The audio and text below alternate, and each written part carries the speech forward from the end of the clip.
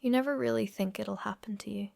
Being thrown out of your own home, the house where you raised your child, the one you built from the ground up, brick by brick, memory by memory. But that's what happened to me.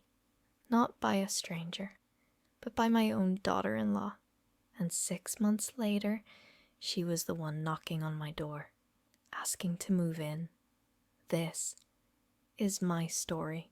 It's not easy for me to talk about, but if you stay till the end, you'll understand how sometimes life breaks you, only so you can rebuild stronger.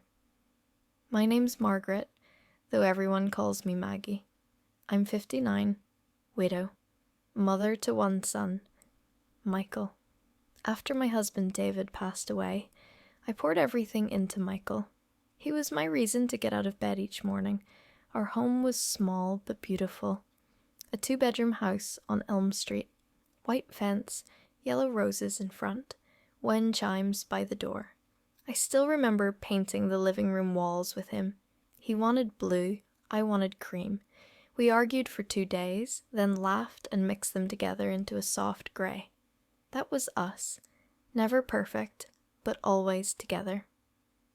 After he passed, the house felt too quiet, but Michael's laughter kept it alive. When he brought his friends over from college, I'd make them cookies and listen from the kitchen as they talked about dreams, jobs, and love. One day, he told me he'd met someone. Her name was Sarah. He smiled when he said her name. That soft kind of smile you can't fake. When he brought her home to meet me, she was sweet and nervous. She had dark brown hair, hazel eyes, and a smile that could light up a room. She called me Mom the very first day. I thought, God, thank you. My son has found a good woman. Their wedding was small, beautiful. I wore David's favorite blue dress. When they exchanged vows, I swear I felt his spirit there with us. After the wedding, they rented a tiny apartment downtown. I visited every weekend, brought them food, helped with laundry. They were so young, so full of hope. Then life did what life does. It threw a curveball. Michael lost his job during company layoffs. Sarah's paycheck alone wasn't enough for rent. One evening, he showed up at my door looking defeated. Mom, he said, can we stay here for a bit? Just until I get back on my feet, I didn't even think twice. Of course, sweetheart. This is your home. I cleaned the guest room, made space in the closet, bought new bed sheets. It felt nice having company again. The house was alive. Smells of coffee in the morning, laughter at night, movie sounds from the living room. Sarah was helpful at first. She'd say, Mom, sit down, I'll cook tonight. We'd chat about recipes and life. I thought, this is good. This is family. But good things don't always last. It started small, subtle. Sarah began making decisions without asking. She'd move furniture around, change decor, throw away old things she called clutter. One day, I noticed my husband's armchair was gone. When I asked, she said, Oh, it was too old. I donated it. Too old. That chair was where David read his newspapers every morning, where Michael sat on his lap as a boy. I felt like she was erasing my life one object at a time. Michael didn't notice, or maybe he did and chose to ignore it. He was busy trying to get a new job, and I didn't want to add to his stress. But inside me, a storm was brewing. One evening, I was making tea. Sarah walked in, crossed her arms, and said flatly, Mom, we need to talk. Her tone was cold, like I was a tenant, not her mother-in-law. She said, Michael and I have been thinking. We need our own space now. We think you should find a smaller place for yourself. I almost dropped the teapot. Myself, I said quietly. This is my home, Sarah. She nodded, completely calm. I know, but we're newlyweds. We need privacy. It's time I looked at Michael, standing behind her, hands in his pockets. He wouldn't meet my eyes. Michael, I whispered, you agree with this? He hesitated, then said, Mom, We just need some space. Maybe it's time for you to downsize." The words hit like stones. Downsize. Like I was furniture that no longer fit. I felt my heart break right there in my own kitchen. I wanted to scream, to remind them that I'd raised him here, that every brick had a story, that this was my life. But instead, I just nodded, because sometimes you have to break silently to protect what's left of your dignity. They gave me a month, 30 days to erase 30 years. I packed every box myself. My hands shook as I folded clothes, wrapped frames, labeled memories. I cried over the armchair, the teacups, the photo albums. Sometimes at night I'd hear them laughing from their room, and I'd press a pillow over my ears so I wouldn't hate them. The day I left, it rained. Of course it did. I stood at the door, looking around one last time. The walls seemed to breathe memories. I whispered, "I'll come back someday." Michael carried a few boxes to the car. He hugged me, but it was a quick hug, the kind you give when you feel guilty. Sarah just said, "Take care of yourself, Mom," and closed the door. The click of that lock was the loudest sound I'd ever heard. I rented a small one-bedroom flat on the edge of town. Cheap, quiet, lonely. The first night there, I couldn't sleep. The walls were bare. No laughter, no photos, no David. I sat by the window and listened to the rain. It felt like the universe was crying with me. Days passed slowly. I learned how loud silence could be. I made tea for one. Ate at a table meant for 3. I used to call Michael once a week, but his answers were short. "Busy, Mom?" "Later, Mom." Eventually I stopped calling. That's when the real loneliness set in. I filled my days with small things. Watering plants, reading books, writing in a journal. I wrote about my anger, my hurt, my confusion, and somehow writing helped me breathe again. 6 months later, I was making soup one evening when my phone rang. When I saw the name on the screen, I almost didn't answer. "Sarah?" I let it ring twice, 3 times, then I picked up. "Hello?" Her voice was shaky. "Mom?" That word again, but this time it sounded broken. "Mom, I'm so sorry to call you like this, but we need help." I didn't say anything. I just listened. She explained that Michael had lost his job again. Their new apartment was too expensive. Bills piled up. They were 2 weeks away from being evicted. And then she said it. "Can we stay with you for a while? Just until we get back on our feet." For a moment, I couldn't breathe. The same people who'd told me to leave my home were now asking me to take them in. I didn't sleep that night. I sat on the couch, staring at the wall. Memories played in my mind like an old film. Michael's first steps, his graduation, our Christmas dinners, the day they made me leave. I remembered the sound of the door closing behind me, the silence afterward. And now, they wanted to come back. I whispered to myself, do I have the strength to let them? Half of me said no. Protect your peace. The other half said yes. They're your family. By morning, I had my answer. That's where I'll pause for now, because what happened next, when they came back, when we had to live under the same roof again, changed everything. That morning, sunlight spilled through my thin curtains. I sat at the kitchen table with a cup of tea gone cold, thinking of what I should say. My heart was torn between pride and love. Finally, I picked up my phone and dialed Sarah. "Sarah," I said, "you and Michael can come." But there are rules this time. She didn't speak, only listened. I continued, "This is still my house. If we live together, we do it with respect. No shouting, no decisions behind my back. We share chores, we communicate, understand." A small sniffle came through the line. "Yes, Mom, I promise." "Don't promise," I said gently. "Just show me." When I hung up, I felt the strangest mix of calm and fear. Forgiving isn't weakness, but it takes courage. I prayed I still had some left. They arrived 2 days later. I watched their car pull up from the window, the same driveway where I once stood with boxes in the rain. Michael stepped out first. His shoulders looked heavier, like life had finally humbled him. Sarah followed, holding their toddler, little Emily. Yes, in those 6 months I'd become a grandmother, though I hadn't seen the baby yet. When they walked up to the door, Sarah hesitated. "Mom," she whispered, "thank you for letting us come." I nodded. "Welcome home," I said, though the word home still felt fragile. Inside, they moved quietly, like guests in a hotel.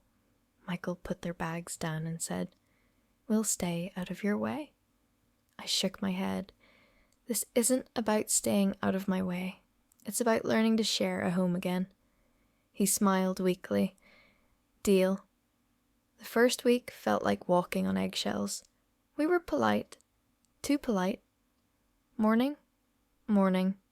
"Want coffee?" "No thanks." Even the baby seemed to sense the tension. At night I could hear them whispering in their room. Soft arguments, guilt in every sigh. But slowly, life began to warm again. Sarah started helping in the kitchen. She'd ask, "Should I use your recipe or try mine?" The first time she asked my opinion, I nearly cried. One afternoon she said, "Mom, your stew always tastes better. What's the secret?" I smiled. "Love," I said, "and patience." She laughed. "I'll need both." It was the first genuine laugh between us in a long time. A few nights later, Michael found me in the living room. He sat beside me, eyes on the floor. "Mom," he said softly, "I don't know how to apologize." "Then don't," I replied. "Just tell me why." He took a deep breath. "When Sarah and I first moved in, we thought we'd stay a few months. But after I lost my job, I felt small, like I'd failed as a husband. Sarah wanted a place where she could feel in control. And when she asked you to move out, I was a coward. I let it happen because I didn't want to fight her." I looked at him for a long time. "Michael, do you know what hurt the most?" He shook his head. "It wasn't leaving the house. It was realizing my son was standing beside someone who shut me out, and he didn't stop her." Tears welled in his eyes. "I was wrong, Mom." I placed my hand over his. "Then make it right." A week later, I walked into the living room and froze. Sarah was standing on a chair, hammer in hand. "What are you doing?" I asked carefully. She turned, smiling nervously. "Putting this back." On the wall hung my wedding photo, the one she'd once taken down because it didn't match the aesthetic. My throat tightened. She climbed down and said quietly, "It belongs here. I'm sorry I didn't see that before I didn't know what to say." So I just hugged her. It was awkward, like hugging a stranger who used to be family. But something inside both of us shifted. Days turned into weeks. We fell into a rhythm. Mornings smelled of coffee again. Evenings echoed with baby laughter. The house began to breathe. Sometimes Sarah and I would sit together after dinner. At first, our talks were small. Recipes, Emily's milestones, TV shows. But one night she opened up. "Mom, I used to envy you," she said suddenly. "Envy me?" I asked, surprised. She nodded. "Michael always talked about how strong you were, how you held the family together after his dad died. I wanted to be like that. But instead, I just felt overshadowed. I thought if you weren't around, I'd finally feel enough." I was silent. Her honesty stung, but it was real. She wiped her eyes. "I ruined everything because I was insecure. I'm so sorry." I reached for her hand. "Sarah, strength isn't about who wins. It's about who stays when everything falls apart. And you stayed. That means something." She smiled through tears. You still believe that after what I did? Yes, I said, because forgiveness isn't about them. It's about you being free. The baby, Emily, became our bridge. When she giggled, we all forgot the past for a while. One morning she took her first steps. Right between us? Sarah laughed, I clapped, and Michael filmed it on his phone. Later that night, I watched the video again and whispered, maybe this is what healing looks like. It wasn't perfect. There were days we still tiptoed around each other, but now, when something bothered us, we talked. Sarah would say, Mom, can we discuss something? And I'd listen. Michael found a new job. He came home with flowers one evening and said, Mom, Sarah and I talked. We'd like to stay here a bit longer, help with bills, fix the roof, make it nicer for you. I smiled. I think your father would be proud. For the first time in years, the house felt whole. One quiet afternoon, while Sarah was out and Michael at work, I found my old journal. I opened it to the page I'd written the night I left my home. The page soaked with tears. Then I wrote a new entry. 6 months ago, they threw me out. Today, they're home again. The house smells like stew and laughter. Maybe love doesn't disappear. Maybe it just waits until we're ready. I closed the book, took a deep breath, and smiled. That evening, I cooked a big meal. Roast chicken, mashed potatoes, chocolate cake. When we sat to eat, I said, I want to make a toast. Michael raised his glass. Sarah looked curious. To family, I said, to the ones who break our hearts and teach us how to mend them. Sarah's eyes glistened. Thank you, Mom. For everything. Just keep the house tidy, I teased, and we laughed.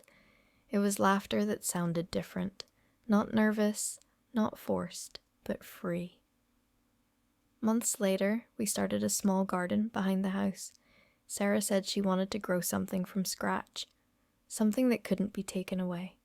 We planted roses, daisies, and tomatoes. Every morning we watered them together. She'd hand me the hose and say, Teamwork, Mom.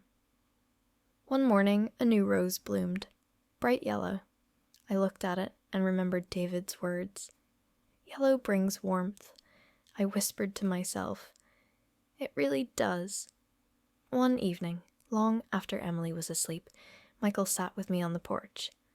Mom, I think about that day when we made you leave. I still see your face. It haunts me. I touched his arm. It doesn't haunt me anymore.